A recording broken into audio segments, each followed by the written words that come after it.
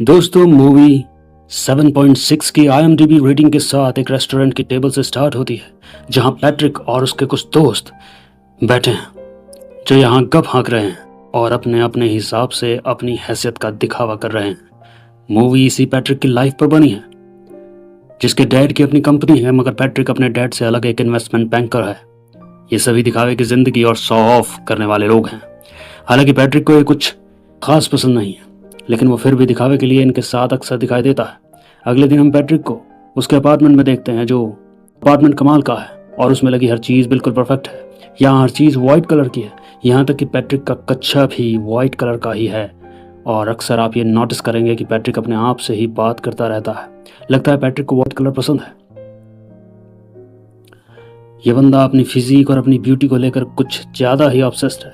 वो कई तरह के योग करता है, और ये क्या, ये तो बिल्कुल नया है। नहाने के लिए पहले सॉप, फिर क्लींजर लोशन, फेस के लिए अलग प्रोडक्ट, फिर एक और, and last but not least facial mask. वो ये सिग्मा मेल है या फिर फीमेल? आखिर ये बनना क्या चाहता? अभी तो फिलहाल कुछ नहीं कह सकते। हाँ, मगर लड़कियों के ब्यूटी प्रोडक्ट्स भी इसके ब्यूटी प्रोडक्ट्स के सामने फीके। नहाने के बाद पैट्रिक सिग्मा मेल बन हेडफोन से म्यूजिक सुनते सुनते ऑफिस पहुंचता। यहाँ वो अपनी सेक्रेटरी को आज की सारी मीटिंग्स कैंसिल करने के लिए कहता, जिसके बाद पैट्रिक अपनी होने वाली मंगेतर के साथ एक पार्टी अटेंड करने जा रहा होता है। हमें दिखाया जाता है कि पैट्रिक अपनी लैम्बोर्गिनी कार में, हाँ मैं जानता हूँ वो लैम्बोर्गिनी नहीं है, मगर पैट्रिक को यही लगता है क्योंकि कोई अपनी होने वाली मंगेतर के साथ जा रहा है और वो भी हेडफोन से सॉन्ग सुनता हुआ, जबकि उसकी मंगेतर उससे बात करना चाहती है। और वो खुद से बात करता हुआ कहता है कि वो एक मशहूर टेप सुनना चाहता है, मगर उसकी मंगेतर बर्जर कर रही है। उसका कहने का मतलब है कि वो बज रही है किसी गाड़ी के हॉर्न की तरह। अब वो उससे कहती है कि शादी कर लेते हैं, मगर पैट्रिक अभी तैयार नहीं है। पता नहीं पैट्रिक अपने आप को समझ क्या रहा है, क्योंकि अभी तक उसके पास उसकी खुद की कार भी नहीं है। अब वो दोनों पार्टी में पहुंच जाते हैं जहां उसकी मंगेतर पैट्रिक को अपनी अजीब से दिखने वाले बहन और उसके मंगेतर से मिलवाती है। तभी पैट्रिक का दोस्त वहां होता है और वो पैट्रिक की फियांसे से कुछ ज़्यादा ही चिपक रहा होता है, जिससे पैट्रिक अपने मन में सोचता है कि इनका चक्कर चल रहा है। पार्टी के बाद पैट्रिक ATM से कुछ पैसे निकालता है और तभी उसे एक औरत दिखाई देती है और वो उसका पीछा करने लगता है। दोस्तों, मुझे लगता था कि आज वो उसे कुचिपुड़ी की सारी बारीकियां सिखा देगा, मगर सीन हाय हेलो पर ही खत्म हो जाता है। और फिर अगली सुबह हम देखते हैं कि पैट्रिक अपनी बेडशीट को धुलने के लिए एक लॉन्ड्री शॉप में आता है। पैट्रिक की चादर पूरी तरह से खून में सनी हुई है, जिसकी वजह से शॉपकीपर इस चादर को लेना नहीं चाहती थी। पैट्रिक पैनिक हो जाता है और शॉपकीपर पर चिल्लाने लगता है। तभी वहाँ एक लड़की आती है, पैट्रिक से पूछती है कि हुआ क्या। तब पैट्रिक उसे बताता है कि इस चादर में अनार का जूस गिरा है। दोस्तों, उस लड़की के हाव भाव से लगता है कि पैट्रिक को जानती है। वो पैट्रिक की बेडशीट को देख कुछ अलग ही मूड में हो जाती है। उसे लगता है कि पैट्रिक ने जरूर किसी कली को अपनी निंजा टेक्निक से फूल बना दिया है। असल में वो भी पैट्रिक की निंजा टेक्निक देखना चाहती है, मगर पैट्रिक वहां से चला जाता है। अब हमें दिखाया जाता है कि पैट्रिक अपने अपार्टमेंट में है और टीवी पर ब्लू फिल्म चल रही होती है। तभी वो अपनी मंगेतर को फोन मिलाता है और उससे डिनर के लिए पूछता है, लेकिन वो उसे मना कर देती है। फिर पैट्रिक उसे डोरसिया होटल में जाने का ऑफर देता है। उसकी मंगेतर को लगता है कि डोरसिया कुछ अलग है। वो उससे पूछती है कि डोरसिया क्या है, कोई स्पेशल जगह है? अब पैट्रिक कहता है कि बहुत स्पेशल है और वो मान जाती है। दोस्तों, डोरसिया एक ऐसा होटल है जहां दुनिया के सबसे रईस लोग खाना खाने के लिए आते हैं। लेकिन अभी पैट्रिक डोरसिया में टेबल बुक करने के लिए कॉल करता है तो वहां से सिर्फ हंसने की आवाज आती है, क्योंकि वहां टेबल मिलना पैट्रिक के औकात से बाहर की बात थी।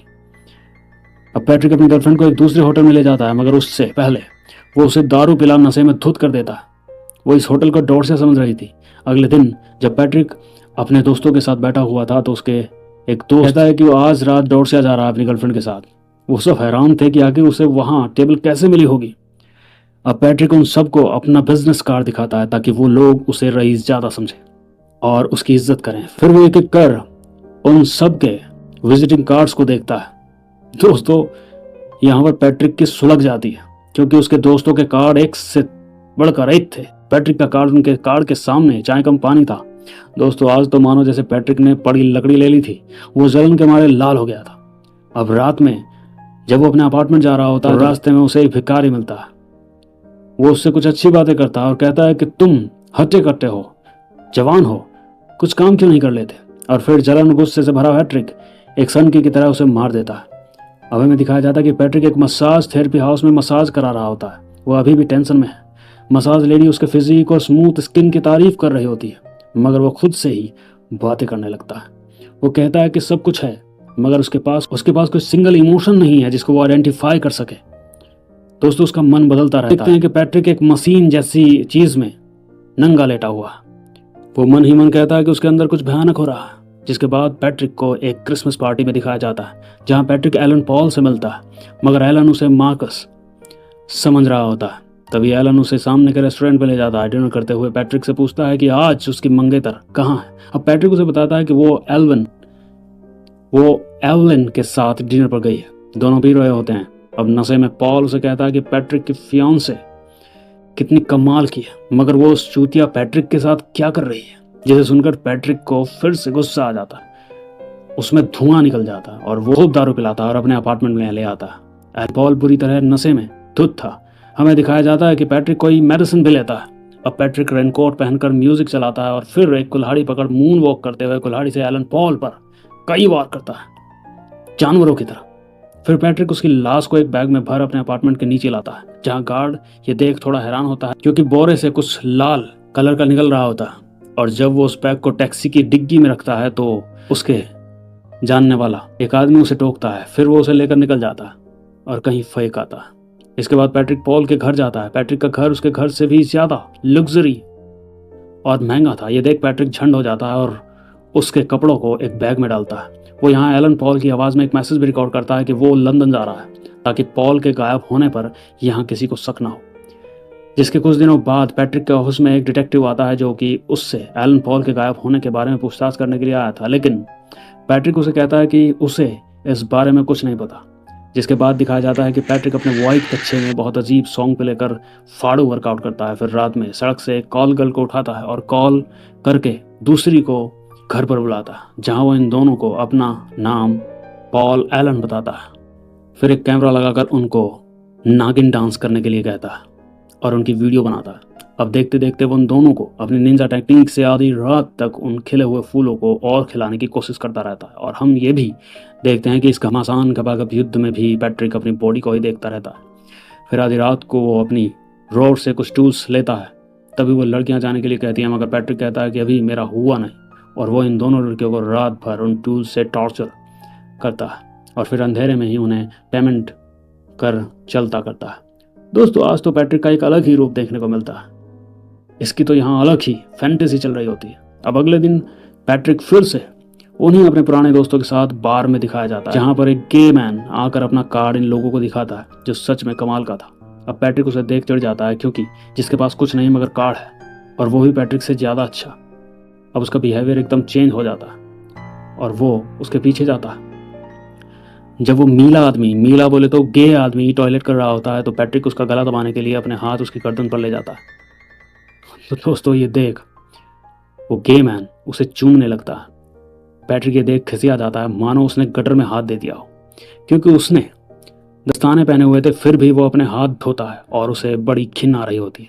ये सब देख पैट्रिक वहां से निकल जाता है और जब वो अपने ऑफिस पहुंचता है, देखता है कि वो डिटेक्टिव फिर से उसके ऑफिस में बैठा है, जो उस दिन उससे एलन पॉल के गायब होने के बारे में पूछताछ करने आया था। तभी अगला सीन पैट्रिक के बेडरूम का होता है, जहां वो अपनी फियांसे के साथ फिजिकल रिलेशन बना रहा था, मतलब अपनी निंजा टेक्निक से उसकी चीखें निकाल रहा था, क्योंकि वो गुस्से में था। उसे लगता था कि उसकी फियांसे का किसी और के साथ चक्कर चल रहा था, और आज ही उसको पता चलता है कि उसकी फियांसे सिगरेट भी पीती है, जिसका उसे आज तक पता नहीं था। ये उस बारे में बात भी कर रहे होते हैं। फिर ये एक बार में जाता है, बड़ा रंगीला बार होता है। दोस्तों, आज पहली बार ये ड्रग्स भी लेता है। अभी तक ये आदमी सिगरेट भी नहीं पीता था, मगर आज ये नशे में धुत है। अगले दिन ये अपनी सेक्रेटरी को डेट के लिए पूछता है और उससे कहता है कि तुम कहाँ जाना चाहोगी। सेक्रेटरी उसे कहती है कहीं भी ले चलो, लेकिन पैट्रिक उसे बार बार पूछता रहता है, तो वो डॉर्सिया कह देती है। फिर पैट्रिक डॉर्सिया फोन लगाता है, तो इस बार भी उसे वहां से हंसने की आवाज आती है और फोन कट जाता है।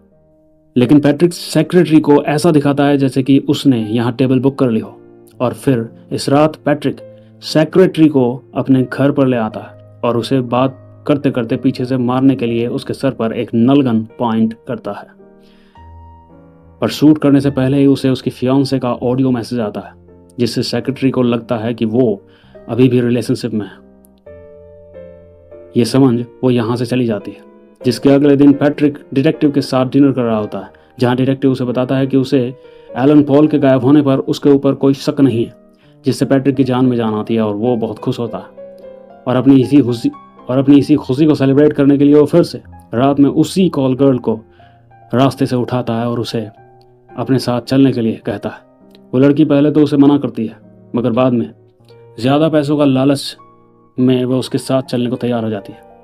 वो उस लड़की को पॉल एलन के घर लाता है, जहां उसने एक लड़की को पहले से ही बुलाया हुआ था। पैट्रिक को थ्रीसम करने में मज़ा आता था, तो वो रात में पहले तो इन दोनों के साथ वही करता है जिसके लिए वो उन दोनों को यहाँ लाया था, और फिर उनमें से एक लड़की के निचले मुंह में अपना मुंह डाल इंजर्ट कर देता है, उसे मारने लगता है।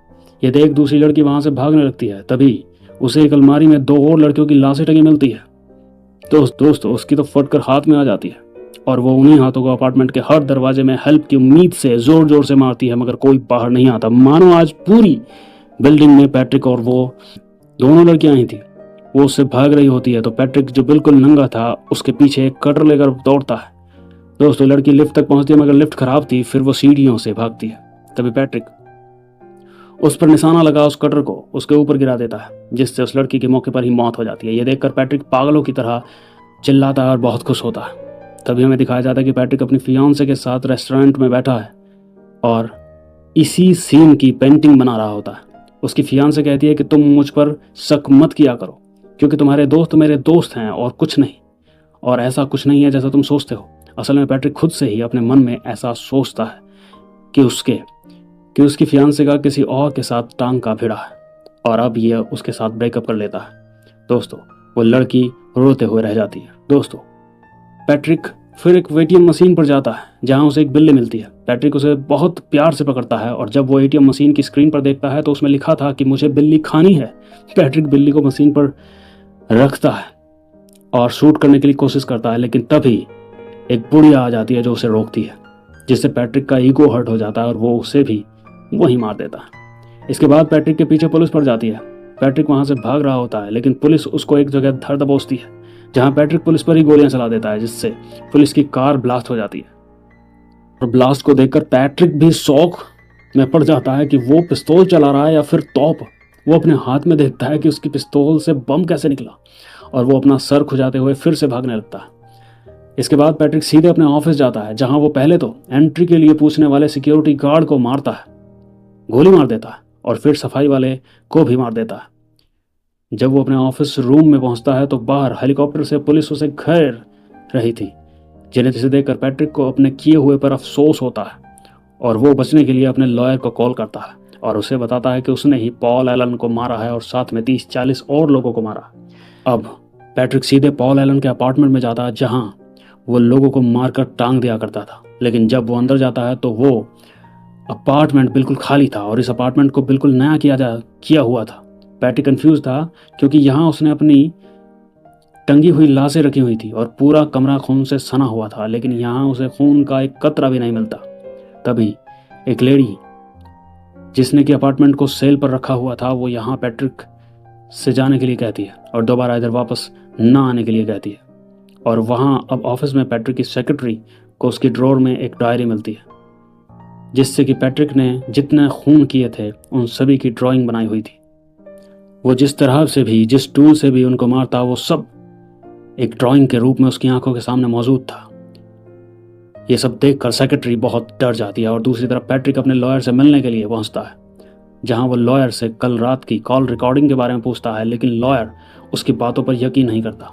जिसके बाद पैट्रिक एक बार फिर उसके सामने कन्फेस करता है कि उसने पॉल एलन को मारा है, पर उसका लॉयर उसे कहता है कि ये हो ही नहीं सकता, क्योंकि उसने 10 दिन पहले ही लंदन में पॉल एलन के साथ डिनर किया था। अब ये जानकर पैट्रिक सुन्न पड़ जाता है, और वो सोचता है कि मेरे साथ ये हो क्या रहा है। उसे समझ नहीं रहा था कि उसने मर्डर किया था या नहीं। उसे अभी ये सारी दुनिया फेक लगने लगी थी, क्योंकि कोई उसकी रियलिटी को मानना ही नहीं चाहता था। लेकिन हम अगर उसकी सोच से बाहर जाकर सोचें तो पैट्रिक ने ये सारे मर्डर्स अपनी इमेजिनेशन में किए हुए थे, क्योंकि वो बर्दाश्त नहीं कर पाता था कि कोई उसके सामने ज़्यादा हीरो बने, क्योंकि पैट्रिक उनका सामने से तो कुछ बिगाड़ नहीं सकता था। इसलिए वो जो भी उसका ईगो हर्ट करता था इसलिए जो भी उसका ईगो हर्ट करता था वो उन्हें अपनी इमेजिनेशन में क्रिएट कर देता था और बड़ी बेरहमी से मारता था। मगर बाद में वो अपनी इमेजिनेशन और रियलिटी में फ़र्क करना भूल जाता है, जिससे हमें पता चलता है कि पैट्रिक को मेंटली डिसऑर्डर है। अब आप वो सारी बातें याद कीजिए जो आपको अजीब लगी हों। और एक सीन तब का जब उसकी पिस्तौल की गोली से पुलिस की गाड़ी में बम फटने जैसा ब्लास्ट हो जाता है और उसे खुद यकीन नहीं होता और वो अपना सर खुजाता हुआ वहां से भाग जाता है। और भी बहुत सारे कमाल की चीज़ें हैं, एक बार मूवी देखना। सन 2000 में आई ये मूवी आज भी कमाल कर देगी। दोस्तों, कुछ लोग कहते हैं कि सिग्मा मेल बनने का तरीका ही यही है कि तुम एक साइको बन जाओ। वो बात अलग है कि लोग तुम्हें रियलिटी में एक चूतिया समझेंगे, मगर आप तो अपने में एक हीरो होंगे। आपके पास सब कुछ होगा, जो भी आप चाहेंगे, आप जो चाहें कर सकते हैं और आपको कोई कहने वाला भी नहीं होगा। न कोई आपका कुछ बिगाड़ सकता है, क्योंकि आपने अपनी ही मारी होती है। दूसरे को क्यों मिर्च लगेगी। खैर, आपको क्या लगता है कि पैट्रिक ने वो मर्डर अपनी इमेजिनेशन में किए थे या फिर रियलिटी में? कमेंट बॉक्स में ज़रूर बताना। और यहीं पर मूवी ख़त्म हो जाती है।